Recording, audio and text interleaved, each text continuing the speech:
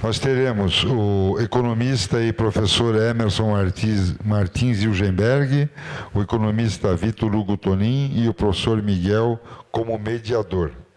O professor Emerson Ilgenberg possui mestrado e doutorado em Ciências, Economia Aplicada pela Universidade de São Paulo, é revisor de periódico da revista Ciências Sociais em Perspectiva, RCPS, tem experiência na área de economia, com ênfase em economia regional e urbana.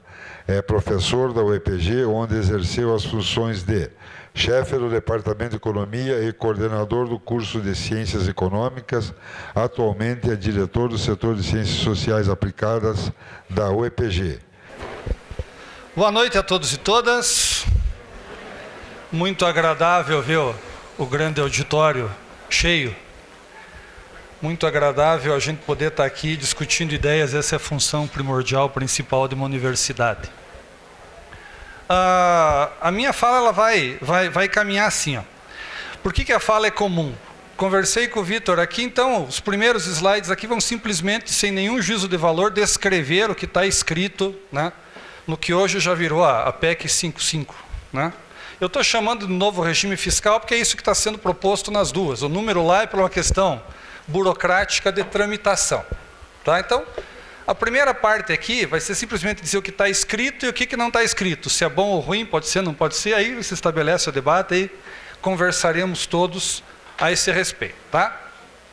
Uma outra coisa também, né, eu tomei a liberdade de colocar aqui, para começar a nossa conversa aqui, então, tomei a liberdade de colocar este primeiro slide aqui, né? Uma vez eu fui assistir uma apresentação corporativa, o cara lá colocou um slide cheio de letrinha miúda, né? Falou, meu jurídico mandou colocar, né? Se o professor Luciano vai concordar ou não com o que está escrito aqui, nós vamos saber agora, tá? Então, embora, né, só para ficar claro isso, tá? Embora, né, o convite tenha partido aqui da universidade, o que eu vou falar aqui, por óbvio, é expressão da minha visão, das minhas opiniões. Isso não necessariamente é a posição da universidade, da reitoria, etc., até porque ela vai ser, né, consubstanciada na sequência da nossa conversa. Tá? Isto posto, responder algumas perguntas. Para aqueles que já leram, talvez me perdoem, né, o fato de eu ser, talvez, excessivamente didático, explicando tudo, né? Mas, enfim, para quem conhece ou para quem não conhece, o que é o tal do novo regime fiscal, que é, afinal de contas, o que tratam, né? E o que tratou inicialmente a PEC 241, quando tramitou na Câmara, e agora tramita com o número 55 no Senado. Então, estabelece essa proposta de emenda constitucional, estabelece que o total de despesas primárias do governo federal não poderá crescer acima da inflação acumulada em 12 meses contados de junho a junho do ano anterior por até 20 anos. Então, uma série de questõezinhas pequenas aqui, né? Despesas primárias. Definição de despesa primária é toda aquela despesa exceto pagamento de juros. Tá? Então, a primeira coisinha, depois nós vamos conversar a esse respeito. Por isso está lá a despesa primária. Do governo federal. Ainda não chegou a estados e municípios, mas chegará. O caminho, né, natural é que isso vai chegar para estados e municípios. Né? Fala que vai congelar gasto. Então vamos começar a entender assim, o que está escrito lá. Congelar gasto, diz aqui, eu gastei agora, vou gastar isso pelos próximos 20 anos. Eu vou corrigir isso, pelo menos nos 10 primeiros anos, pela inflação do IPCA. A partir do 11º ano, isso pode ser eventualmente revisto. Então, por isso que está colocado lá por até 20 anos. Se eu ficar muito longe, ele não vai mudar aqui, tem que chegar mais perto. Bom, então, basicamente, em linhas gerais, o que nós temos são essas ideias aqui, tá? Então, o que se procura fazer é impor um limite aos gastos primários da União. O agregado, ou seja, o total de todos esses gastos, vai corresponder àqueles que efetivamente ocorreram em 2016, corrigidos pela inflação medida pelo índice de preço ao consumidor. Na verdade, não é bem assim. O primeiro ano corrige por um percentual de 7,2% e depois de 2017, próximo ano corrige por esse percentual e depois pela inflação. Então, eu estou limitando o gasto total por poder. Tá? Então, Isso significa dizer que as despesas associadas a alguma rubrica específica poderão eventualmente aumentar desde que outra diminua. Então tem um teto global por poder. Eu posso trocar despesas aí. Não é que eu vou pegar o orçamento do jeito que ele está em 2016, congelá-lo desta maneira. Tá? Então, desde que uma pode crescer, desde que outra diminua. Né? Também o que está sendo colocado lá é que os gastos com educação e saúde crescerão no mínimo no mesmo ritmo da inflação. Aliás, saúde, educação e qualquer outra coisa, na medida que você tem essa capacidade de você remanejar, né? Você tem que estabelecer, você tem que seguir esse teto. Então, como eu falei para vocês agora há pouco, o gasto primário de estados e municípios ainda não está sujeito a esse teto de gastos. No caso dos estados, nós já vimos que, né, ocorreu recentemente agora uma renegociação e uma dilação de prazo para pagamento da dívida dos estados. O compromisso dos estados foi de adotar um teto de gastos por 2 anos, mas de outra parte o governo federal já deixou claro, e não esconde isso de ninguém, tá? Já afirmou que vai encaminhar outra proposta de emenda à Constituição que estende o teto de gastos para os estados por período compatível ao governo federal. Então aquilo que acontecer em termos da PEC para a União, certamente chegará para os estados. Opa. Então, uma outra questão também, o limite ele é individualizado para cada um desses, né, 5 órgãos ou poderes. O que significa dizer que eventualmente um poder executivo politicamente mais articulado não pode avançar no orçamento legislativo e vice-versa. Tá? Então, o teto de gastos é individualizado, abrange todo o executivo, todo o judiciário. Isso aqui é, né, copiar e colar. Muitas das coisas que estão aqui é copiar e colar do que está lá na PEC. Tá? Então, tá todos os órgãos que compõem o judiciário, legislativo no âmbito da União, Ministério Público da União, Conselho Nacional do Ministério Público e Defensoria. Então, cada um desses aqui vai ter o seu teto. Certo? Então, o teto é individual. Como é que esse regime vai funcionar naquele orçamento que tem lá o teto para cada um daqueles 5 órgãos e poderes?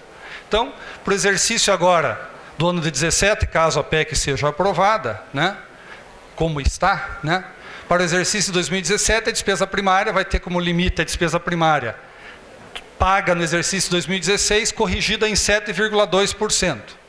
2018, 19, 20 e assim por diante, vale a inflação do IPCA. Pode mudar. Então, tem algumas letrinhas miúdas aí que são bastante interessantes, né? A mensagem que encaminhar o projeto de lei, bem como as despesas primárias, tem que respeitar os limites individualizados. Novamente, um poder não pode avançar no orçamento de outro poder. Não faz sentido, para essa lógica da PEC, eu abrir crédito suplementar depois. Quer dizer, aprovar uma PEC e jogar a PEC fora no momento seguinte. Então, fica vedado desde já a abertura de crédito suplementar especial que amplia o montante total autorizado de despesa primária. Aí, a questão dos até 20 anos. Então, da maneira que está sendo proposto agora, o presidente da República, é lei de iniciativa da presidência da República, a partir do 10º ano de exercício da PEC, né, de vigência da PEC, desculpe, poderá, se assim o desejar, propor revisão no método de correção. E aí, sei lá, de repente no 11º ano pode propor que vai crescer igual a taxa do PIB, igual a voltar a indexar pela receita corrente líquida, enfim, pode estabelecer uma outra alternativa que ache mais viável. A proposta original, ela foi depois emendada na Câmara e foi assim para o Senado, não tinha esse último ponto aqui. Isso foi resolvido, né, na Câmara, que vai ser admitida apenas uma mudança por mandato. Então, quando chegar o 11º ano, né, novamente, se a PEC for aprovada do jeito que está, etc., no 11º ano, o presidente, né, ou a presidente, enfim, né, vai ter a possibilidade de propor a mudança que vai ser uma única por mandato. Tá? Então, quais são as exclusões destes limites? Tá? Primeiro delas, aquilo que eu já falei para vocês, ele exclui despesas com juros da dívida pública, porque gasto primário não inclui juro. Essa é a definição técnica de gasto primário, de despesa primária. Né? Então, além dos juros da dívida pública, outras despesas financeiras, por exemplo, o FIES não está aí dentro. mas também isso muito mais para constar do que para justificar, porque perto de dívida pública, o que gasta com o FIES é muito pouca coisa, né? Então, mas enfim, né? Está ali na mesma categoria, tá? Não é uma justificativa, é uma informação, tá? Também não estão inclusas na base de cálculo, né? Capitalização dessas empresas que estão citadas aí. Então, durante a vigência da PEC, se a União resolver capitalizar, colocar dinheiro, né, nas empresas do Sistema Eletrobras, no BNDES, na Petrobras, na Caixa Econômica, do Banco do Brasil, isso não está incluído naquele limite, tá? Se for necessário abrir crédito extraordinário, evidentemente, para o imponderável, né? Decorrentes de guerra, comoção interna, calamidade pública, evidentemente isso não fica no limite, né? E também para a realização de eleições e plebiscitos. Esses são os gastos mais gerais. Tem também algumas outras questões que envolvem a repartição de tributação. Tem impostos que são federais, por exemplo. IPI é um imposto federal, né, de competência da União, mas ela distribui para estados e municípios. Então, esse tipo de distribuição, de repasse de valores para estados e municípios não está incluído no teto. Então, como está listado ali. Aí eu dei uma traduzida no que está lá, porque você pega o texto da PEC, conforme inciso tal, blá, blá, blá, vira lei isso aí. Então, o que está lá dentro? É isso aqui, ó, tá? Então, basicamente, não entram também as transferências, né? A participação no resultado de exploração de petróleo, gás natural, recursos hídricos, estados e municípios façam jus, o IOF, que é arrecadado sobre transações com ouro, quando ele é ativo financeiro, aí tem essa repartição que permanece do jeito que está. Transferência de impostos estaduais e municipais arrecadados pelo Simples Nacional, parte da arrecadação de IPI e outros tributos, as cotas estaduais e municipais da contribuição do salário educação. Salário educação, o empregador paga lá 2,5% até o limite de 5.100 e pouquinho que está lá da Previdência, né, para complementar despesas com educação básica. Então, isso é o custo, né, na folha, um dos custos que o empregador tem na folha, né, esse repasse que ele faz. Então, isso também não está, o repasse desse valor não está sujeito ao teto, né. A complementação para o Fundeb também não está inclusa nesse teto. Basicamente, a ideia geral é essa. O teto, né, dos gastos incidirá sobre o gasto primário federal, descontado das exceções supra-mencionadas, né, que vão ser somados todos os anos, totalizando o gasto primário federal total. Tá? O que acontece se no decorrer da execução orçamentária, porventura, esse teto seja descumprido? Então, algum poder acabou gastando mais do que poderia. Então, agora são questões, reparem. Então, tudo que eu vou falar aqui não é que vem com a PEC automaticamente. São mecanismos de ajuste caso aquele poder ou órgão não cumpra com o limite. Então, isso não vai acontecer sempre. Tá? Então, no caso do cumprimento de limite individualizado, aquele poder ou aquele órgão, até o final do exercício em que se encontra em desajuste, tá, vai sofrer algumas sanções. Inclusive, você tem uma de caráter mais geral que vai valer para todo mundo, mas eu já comento isso aí. Tá? Então, fundamentalmente está aqui. Ó, o ponto, a variável de ajuste vai ser gastos com pessoal. Tá? Então, as sanções se manifestam, em primeiro lugar, na forma de controle de gastos com pessoal. Então, se um determinado poder, né, gastar mais do que tem por orçamento, aquele poder fica automaticamente, né, proibido de conceder qualquer título, vantagem, aumento, enfim, fica proibido de aumentar salário, não importa o nome que você dê para isto. Tá? Se você descumprir. Tá? Fica proibido de criar cargo, emprego ou função que implique em aumento de despesa. Né? Fica proibido de alterar carreira de servidor. Né? Fica proibido, né, de admitir ou contratar pessoal a qualquer título, tá? Ressalvada a condição de que pode acontecer aposentadoria, exoneração, falecimento, enfim. Tá? Aí você tem a condição de repor. Então tá, se estourar o limite, você fica proibido de fazer tudo isso, se estourar o limite. Tá? Realização de concurso público fica proibida, só evidentemente para dar isso, né, a esse caso de exoneração, aposentadoria e falecimento. Né? Qualquer criação de auxílio, vantagem, bônus, abono, enfim, qualquer outra situação que venha impactar gastos com o pessoal, não importa o nome que você dê para isso ou como você enquadra isso, fica proibido, tá? Repare o seguinte, as vedações referentes a reajuste de benefício em qualquer das suas formas, vencimentos, auxílios, etc., bem como alterações na estrutura de carreira, atingirão todo o poder. Ou seja, se um daqueles órgãos lá descumprir, todo o poder fica sujeito a essa limitação. Então, só para colocar lá como estava listado, lá se no legislativo, né, o Senado Federal descumprir isso, todo o poder legislativo fica sujeito a esta sanção. Tá? Uma outra questão também importante aí, diz respeito à database de servidores federais. Então, como está sendo encaminhado aqui. Então, fica esta proibição, que está restrita ao poder, mas também se qualquer um, né, dos três poderes, mais Ministério Público, Defensoria, etc., descumprir, fica vedado qualquer concessão de reajuste geral para o funcionalismo. Então, aí, isso é uma situação na qual você atinge os demais poderes. Então, se um poder exceder seu teto de gastos, ele não só vai ficar impedido de fazer coisas no âmbito do seu poder, mas o reajuste geral, a database para os servidores federais, fica em suspenso até a volta ao limite pré-estabelecido. Tá? Também no caso do executivo, quais são as proibições? Então, volto a dizer sempre, tá? Para nos atermos o que está escrito aqui. Não é que a PEC está proibindo tudo isso, é em caso de... agora estamos falando em caso de descumprimento dos limites. Tá? Qualquer criação de despesa obrigatória, benefício assistencial, por exemplo, não pode ser criado um novo. Tá?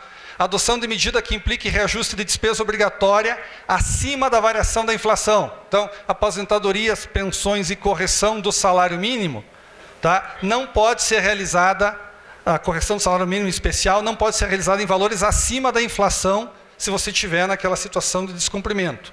Se você não estiver, não há esta vedação. Porque nós sempre vamos lembrar, a vedação qual é? Para aumentar de cá, eu tenho que tirar de lá. Essa é a regra geral. Tá? Também, criação e expansão de programas e linhas de financiamento, né? Renegociação de dívidas, concessão de ampliação de incentivo ou benefício de natureza tributária, né? Como foi feito recentemente, por exemplo, teve lá uma renúncia tributária, uma redução de IPI para a linha branca, para automóveis, por exemplo, isso não vai ser viável se o Estado estiver nessa situação de descumprimento. Então, veja, o que está sendo colocado lá no item anterior tem que ser detalhado assim. Ó. Então, a regra permite aumento de valores financiados ou subsidiados desde que decorra da expansão natural de um programa e desde que mantenha aquele limite global. Tá? Então, só para citar um exemplo, existe Minha Casa Minha Vida. Então, se eu tiver nessa questão, né, de contingenciamento, de descumprimento do limite, eu não posso, por exemplo, aumentar os critérios de elegibilidade para um programa como esse. Então, né, se eu estiver nessa situação de descumprimento. Existem regras específicas para saúde e educação que estão colocadas aí. Tá?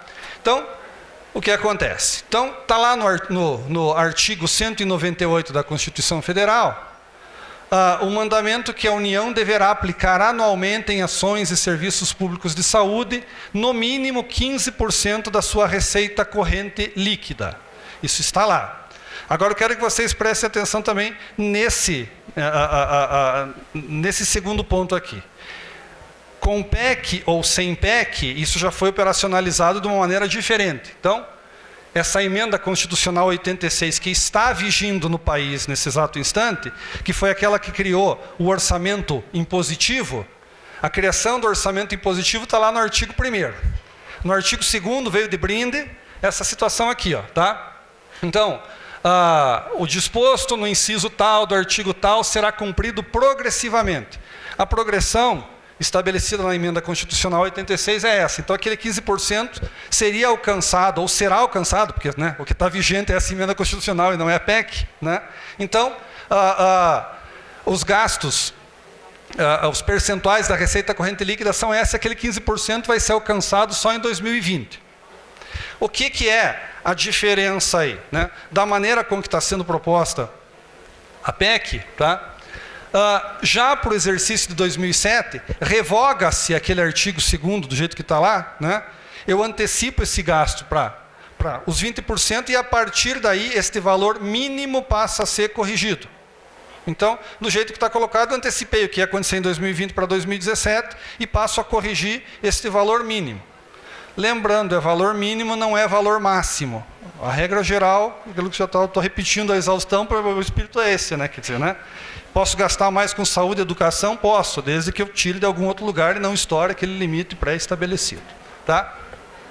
A mesma situação, tá? Vai acontecer para a educação. Tá? Então, você tem lá o artigo 212, determinando que a União deve aplicar nunca menos que 18% da receita corrente líquida na manutenção e desenvolvimento do ensino. A ideia é a mesma, tá? Estabelece que para o exercício de 2017 as aplicações mínimas equivalerão a 18% da receita corrente líquida e anos posteriores esse valor vai ser corrigido pela inflação. Tá? Então, não se está novamente dizendo que vai estar congelando os gastos nesse patamar, não necessariamente. Tá? O que de fato está acontecendo, e essa é a questão, né, mais relevante e que suscita alguma polêmica, é justamente a maneira pela qual isso estava amarrado e a maneira pela qual será amarrado no futuro. Então, o que de fato, em ambos os casos, não sei se vocês perceberam ali, mas convém prestar atenção que esse é um ponto importante, né? O que de fato há em ambos os casos é a desvinculação das aplicações em saúde e educação da receita corrente líquida. Então, aquela questão da emenda impositiva lá, que também era a receita corrente líquida, deixa de ser, e esses gastos deixam de ser vinculados à receita corrente líquida. Qual é a ideia colocada aqui? Tá? É que, da maneira com que as coisas funcionam hoje, você tem despesas, né, essas despesas que estão atreladas à receita corrente líquida, um comportamento que a gente chama de procíclico, ou seja, quando a receita da União aumenta, essas despesas aumentam, quando a receita da União diminui, este percentual diminui. Tá? Então, a ideia que está colocada aqui, né, que é a justificativa para mim desvincular esta receita, é que eu deixe de amarrar isso à receita corrente líquida. Então, em tese, isso permitiria que, quando a receita aumentasse, eu não necessariamente tivesse a obrigação de aumentar gastos. Né? De maneira que, quando a receita diminuísse, eu tivesse alguma situação fiscal que me proporcionasse segurar as pontas num cenário mais recessivo. Então, aí eu trabalharia desvinculando da receita corrente líquida com a ideia de eu ter alguma coisa, em vez de ser procíclica, seria anticíclica. Tá? Essa é a ideia colocada ali. Tá? Quando é que passa a vigir? Né? Do jeito que está sendo proposta lá, a partir do instante em que for aprovada. Tá? Então, a vigência, né, da PEC seria a partir do instante que está sendo aprovada. Bom, agora, né, primeira parte já resolvida, né? Faltou alguma coisa, professor? Estamos de acordo, né? Então conseguimos ler o mesmo documento. Né? 22 minutos, então, tá? Tem mais quanto direito? Mais 20 minutos, Miguel. Então tá bom. Aí nós vamos começar a trabalhar com visões, né? Aí entra a questão opinativa, o que acha, o que não acha, por que é, o que está certo, o que está errado, aí que se estabelece, né, o debate. Então, existe a justificativa do porquê está sendo proposto este novo regime fiscal. Então aí, que fiz eu? Tá? Peguei, desde 1997, receita líquida total, despesa primária, taxa de crescimento do PIB, tudo isso descontado em inflação pelo IPCA, tudo isso devidamente deflacionado, tá tirando o efeito da inflação de lado. Então, o que se observa neste período? Você teve uma situação na qual, em média, a cada ano, a receita líquida da União cresceu em torno de 5,30. A despesa primária cresceu a 6,01. Ambos, né, em percentuais maiores que o crescimento do PIB para todo esse período aqui. Então, o que você tem de fundo é um problema da trajetória do gasto. Para que você continue sustentando isso, você tem que ter a possibilidade de continuar aumentando a receita no mesmo patamar da despesa, senão essa conta não vai fechar em algum instante. Tá? No longo prazo. No curto prazo, a gente tem alguns desequilíbrios que são importantes. Tá? Então, a percepção deste que vos fala é esta aqui, ó. O crescimento das receitas que viabilizaram essa tendência de gasto provavelmente não ocorre num futuro próximo. Existem grandes resistências a aumento de carga tributária, né? A você aumentar a carga tributária em proporção do PIB, a você voltar, por exemplo, com CPMF, outras coisas, né? Então, isso é um fator dificultador que poderia ajudar no aumento de receita para eu continuar tocando a despesa mais ou menos do jeito que eu vinha fazendo. Então, esse é um dificultador. Outra situação, nós tivemos, aí pegando esse período para trás, aí, né, vários governos para trás, né, fatores estruturais que levaram à formalização da força de trabalho, crescimento do mundo como um todo, que fez com que commodities tivessem, né, uma alta no seu preço. Isso, infelizmente, a tendência é que isso não se repete no curto prazo. Um outro problema que nos remete a uma outra discussão interessante quanto à questão da estrutura tributária, também, que a gente vai tocar mais para frente, né, é que a gente tem aqui um problema, né? 70% dos tributos federais são atrelados a consumo. Então, a ideia qual é? Para que eu consiga fazer com que a renda nessa estrutura tributária, com que a receita pública nessa estrutura tributária que nós temos, né, consiga crescer, eu tenho que imaginar que a renda das famílias vai crescer. Então, infelizmente, isso não acontece imediatamente, né? Até que você passe a ter uma situação que você vai passar a contratar mais gente, tudo isso vai demorar algum tempo, infelizmente, tá? Para que a renda cresça. Outra situação, tá? Endividamento interno não parece ser mais uma opção viável, tá? A dívida bruta passou de 51% do PIB para mais de 70%, né? Se você não tomar medidas, isso passa para 80%, 90%, aí começa a teoria da catástrofe, 100, 100 e pouco, e por aí o céu é o limite, tá? Então, esse é o comportamento da dívida bruta do governo geral em percentual do PIB, tá? É interessante comparar esse endividamento também com os nossos parceiros, os nossos parecidos, semelhantes, etc. Tá? Então, aí tem, não sei se conseguem enxergar as letrinhas miúdas, mas está lá, né? Menorzinho ali, Chile, Peru, Turquia, Equador, Bolívia, China, as economias emergentes em amarelinho, Venezuela, Colômbia, África do Sul, México, Argentina, as economias emergentes da América Latina, depois Índia e depois nós com esse nível de endividamento. Então, nós temos um nível de endividamento que, para o nosso padrão, ele é alto. Tá? Qual é o problema disso? Tá? Quando a dívida é alta, há uma dificuldade natural em aumentar o gasto público. Tá? Numa situação como essa. Por que há uma dificuldade em aumentar gasto público? Seria uma alternativa para fazer com que a economia fosse reaquecida. Tá? Essa ideia, né, de fundo lá, sei lá, keynesiano eventualmente, né? Agora, infelizmente, não dá para aplicar. Por quê? Porque a percepção é que com um nível alto de endividamento como esse, né, eu continuo tentando sustentar algum processo de crescimento via endividamento. Quem está olhando isso sabe, mais para frente a União vai enfrentar dificuldades para honrar essa dívida. Então isso vai implicar em alguma espécie de ajuste brusco que ninguém quer.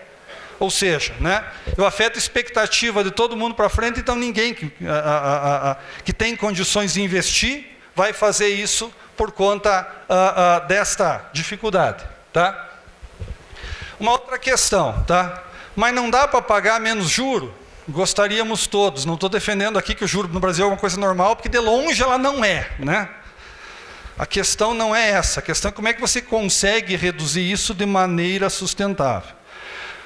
No passado bastante recente, tá, uma redução mais voluntarista da taxa de juros já foi tentada. Infelizmente, efeitos de mais longo prazo não foram alcançados, né? Está ali uma data que foi bastante marcante, porque mudou a postura lá do Banco Central, quando divulgou lá uma ata do Copom, né? Que todo mundo assustou pela surpresa, que mudou ali, né?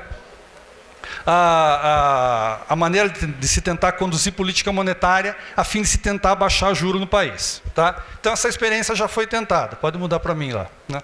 Como é que funciona para baixar juro? Então só para vocês entenderem onde eu quero chegar por um mecanismo muito simples. Como é que eu operacionalizo queda de juros numa economia? Tá? Então, aquela dívida pública lá, títulos públicos que são emitidos pelo governo federal são adquiridos por tesouraria de banco, fundo de investimento, fundo de pensão, segurador, vocês já vão ver lá a composição da dívida. Tá?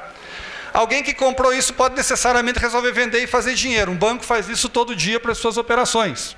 Então, juro nada mais é do que o preço, o aluguel que eu utilizo para usar um dinheiro que não é meu. Então, à medida que esse produto, entre aspas, dinheiro, fica mais escasso, seu preço sobe, ou seja, sua taxa de juros sobe e vice-versa. Para que eu consiga operacionalizar uma queda na taxa de juros, pelo menos da maneira com que o mundo funciona, né? Você pode imaginar outros, né? Pelo menos da maneira com que a coisa funciona normalmente, isso implica em dizer que o governo vai ter que chegar para alguém que tem títulos, vão vencendo aqueles títulos, não são lançados novos. Ou seja, quem tem dinheiro vai resgatar o título, vai receber aquele dinheiro e vai ficar com ele. Não vai ter outro título para aplicar depois, porque o governo não vai renovar a sua dívida, por exemplo. Ou ele sai comprando nos leilões que ele faz ordinariamente, títulos de quem tem para vender. Tá? Então, o professor Rodrigo ali, que tinha um título na mão dele agora, comprei dele, ele tem dinheiro. E ele vai usar esse dinheiro para alguma coisa. Se eu faço isso para todo mundo, a contrapartida é aumentar a base monetária, aumentar a quantidade de dinheiro que existe na economia, aumentar a liquidez, isso no curto prazo, né? De maneira descontrolada, vai bater em preços, porque é muito mais fácil fabricar papel do que fabricar bens e serviços. Então, dinheiro nada mais é do que um papelzinho lá diferente, mas é papel, né? Uma gráfica lá chamada Casa da Moeda, que você vai lá imprimir dinheiro, né? Então, isso vai chegar para a compra de bens e serviços, vai pressionar preços. Então, aqui, ó, tentamos, no passado recente, trabalhar com uma taxa de inflação menor. Infelizmente, dadas as outras condições de fundamento macroeconômico, isso fez com que a inflação, no primeiro momento, até caísse, mas depois retomou uma trajetória de alta, fugindo até daqueles limites ali. O que eu coloquei no gráfico à vossa direita é o seguinte, ó. Nós temos um sistema de política monetária chamado metas de inflação. Então, o Banco Central recebe uma meta, um objetivo para cumprir quanto à inflação. Aquele tracejadinho lá é o chamado centro da meta. Esse tem valor superior e valor inferior. Então, você teve situações que você já estourou meta acumulada em 12 meses e depois teve uma trajetória de alta e acabou, né? Não surtindo muito efeito esse tipo de política de queda de taxa de juros. Pode mudar para mim, tá? Então, aqui, ó, se pegar um período maior, você tem uma inflação que, né, já fugiu do controle. Tá? Além da inflação, você tem o lado real da economia, né? Aquilo que eu falei para vocês da questão das expectativas. Então, a PIB trimestral no período, uma clara tendência de queda, quer dizer, aquela política de você tentar, né, fazer com que a economia caminhasse a partir de um envolvimento maior do investimento público, não teve resultado, né? Não mudou a confiança do empresário industrial, por exemplo, né? Não só o que aconteceu, mas a expectativa dele para frente também não foi capaz de mudar e não foi possível fazer com que este sujeito e os demais investissem produtivamente na economia a fim de retomar crescimento. Então, o que está escrito ali em economês, do lado esquerdo, formação bruta de capital fixo, nada mais é do que investimento, um termo mais técnico para investimento. Tá? Então, como uma economia cresce, né, a partir de investimento, crescimento, para nós se perguntar o que é uma cidade crescer? Ter lá uma estrada nova, uma ponte nova, um hospital novo, uma empresa nova, só que isso demanda investimento ou público ou privado. Né? No caso aqui, investimento privado, né, embora teve um aumento ali, a tendência depois claramente é de queda, né? Cai investimento, cai o nível de atividade, você não tem expectativas favoráveis ao crescimento da economia, você começa a ter um movimento que vem um pouquinho depois, que é a questão do desemprego, porque empresário nenhum a primeira medida que ele vai tomar vai ser botar alguém na rua, vai ser desempregar, até porque o sujeito eventualmente é treinado, tem o custo para, né, ele mandar embora, então geralmente a ideia é ser mais reticente quanto a isso. Só que isso também tem problema na contratação, né? Pelas mesmas razões as pessoas pensam para recontratar de novo. Tá? Outra situação também, tá? Mas por que não dá? Então, não dá para pagar juro baixando a taxa de juros? Aqui, ó, apenas 1/4 da dívida pública hoje da União está indexada a juro. Então tem ali, ó, deixa eu explicar para vocês assim. Ó. Ali embaixo em laranja, taxa flutuante é a taxa Selic. Então aquela dívida que é reajustada pela taxa Selic. Então se eu eventualmente resolvesse baixar a taxa de juros, eu esperaria que o custo dessa dívida diminuísse. A que está em azul ali é pré-fixada. Como é que funciona um título pré-fixado? É assim, ó, o título vale milão quando ele vencer. Então, quem compra ele hoje paga menos que milão. Essa diferença é a taxa de juros que ele vai ganhar. Tá? Então, o que acontece? Essa taxa de juros para a União está dada. Se eu vou pegar esse título, vender mais caro, mais barato para um terceiro, aí eu vou ter uma taxa de juros que eventualmente vai ser diferente para mim, pode ser maior ou menor. Tá? Mas aquele título vai ter que ser pago para quem tiver na vez quando ele vencer. Então não importa quantas mãos ele passa. Então se eu pegar a emissão e vencimento, esse valor está dado. Tá? Uma outra parte bastante importante, você está vendo ali em verdinho, é índice de preços. Tá? É um título que paga lá IPCA mais X% de juros. Tá? Também já está dada essa taxa de juros. Tá? Então assim, porque uma lógica seria, então se eu baixar a taxa de juros, eu vou pagar, né, menos juros, então me sobra mais para gastar com aquilo que interessa, saúde, educação, custeio, etc. Só que não dá para fazer isso assim, resolvi, pronto, né? Pronto, fiz. Tá? Então, aí você passa a ter um outro problema, né? Você pode imaginar situações mais radicais. Então não vamos pagar os caras lá, pronto. Vamos parar com esse negócio de especulação, pagar juros para os rentistas, né? Então vou deixar de pagar esse negócio e vou pegar esse dinheiro e aplicar em prol de saúde, educação, etc. Tá? Aí tem uma outra questão também, tá? Esse dado de setembro agora, quem é que detém a dívida? Então essa dívida lá, por aqueles títulos todos lá, está na mão de quem? Tá? Então, segundo nos informa a Secretaria do Tesouro Nacional, tá? 1/4 dela está na mão de banco, lá, 24,1% é instituição financeira. Fundos de investimento, 21,4%. O que é fundos de investimento? Não é necessariamente o grande capital especulativo, né? O gerente do banco pode chegar para um cara lá, se ele for um pouquinho, né, proativo, vai chegar para o cara assim, se tem lá, sei lá, milão, R$2.000, tira esse dinheiro da poupança e aplica alguma coisa que paga um pouquinho mais. Tá? Uma das alternativas passa a ser fundos de investimento, né? O tal do fundo DI aí que chama. Tá? Previdência, tanto pública quanto privada, né? O que restou da aposentadoria, do Fundo de Aposentadoria dos Servidores do Estado do Paraná, né, está aplicado em títulos públicos, e assim como, né, regimes próprios de previdência, etc., até por uma política de correr pouco risco, né, porque o dinheiro não dá para, né, brincar muito, acaba ficando em título público. Governos, seguradoras, não residentes, que é o capital internacional que vem para cá para se beneficiar da taxa de juros, é 15%. Então assim, ó, vamos dar, né, não vamos pagar a dívida de quem, cara pálida, de como e em que situação. Tá? Tudo bem, você pode imaginar, então, tudo bem, vou acabar com isso simplesmente não pagando.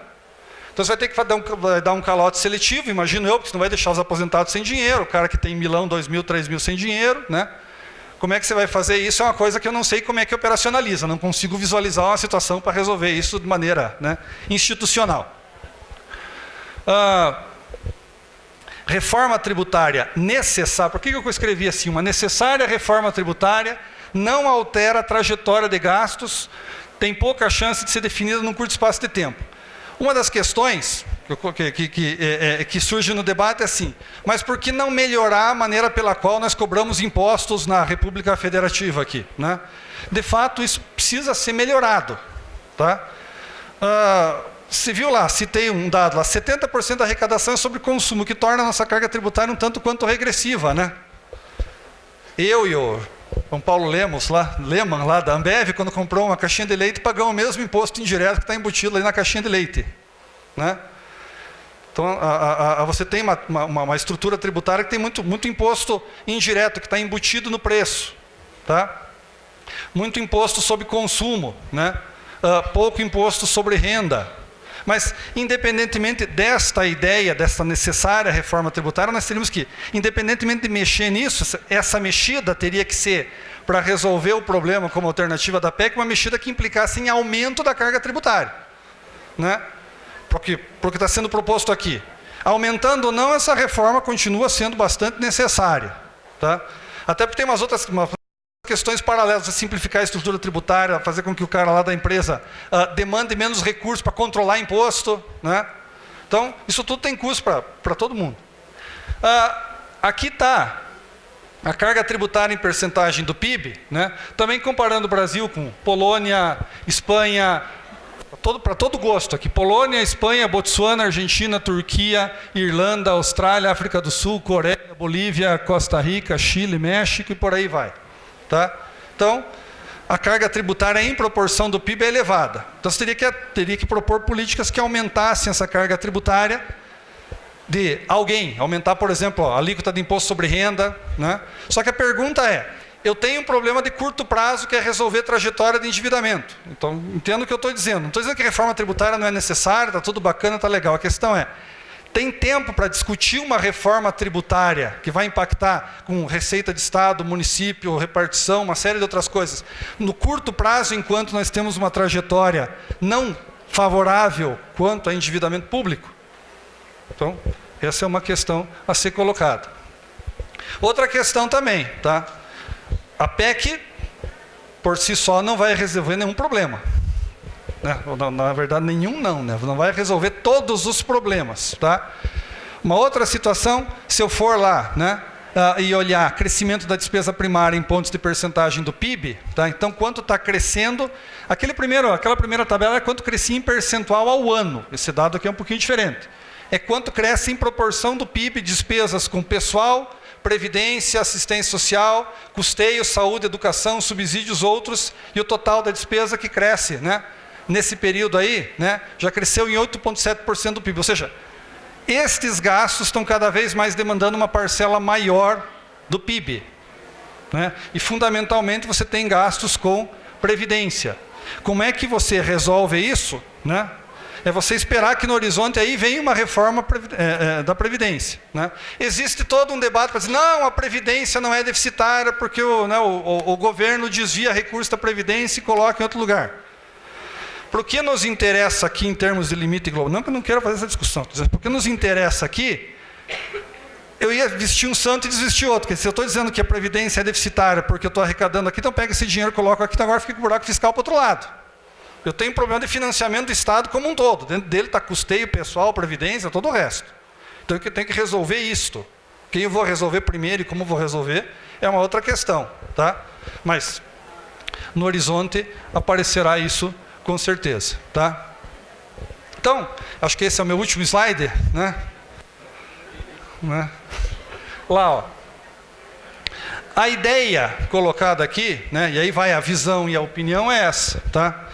O que é preciso fazer para tentar, né, retomar a trajetória de crescimento da economia, de produto, de emprego, etc., envolve essas situações aqui. Tá?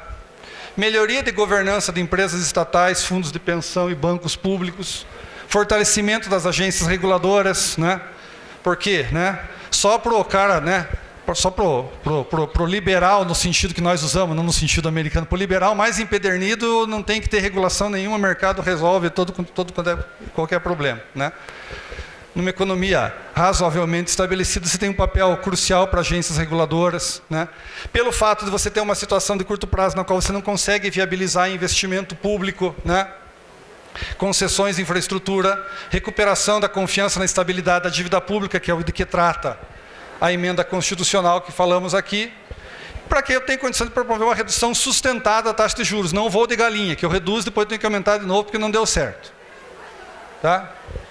De minha parte era isso, obrigado pela paciência.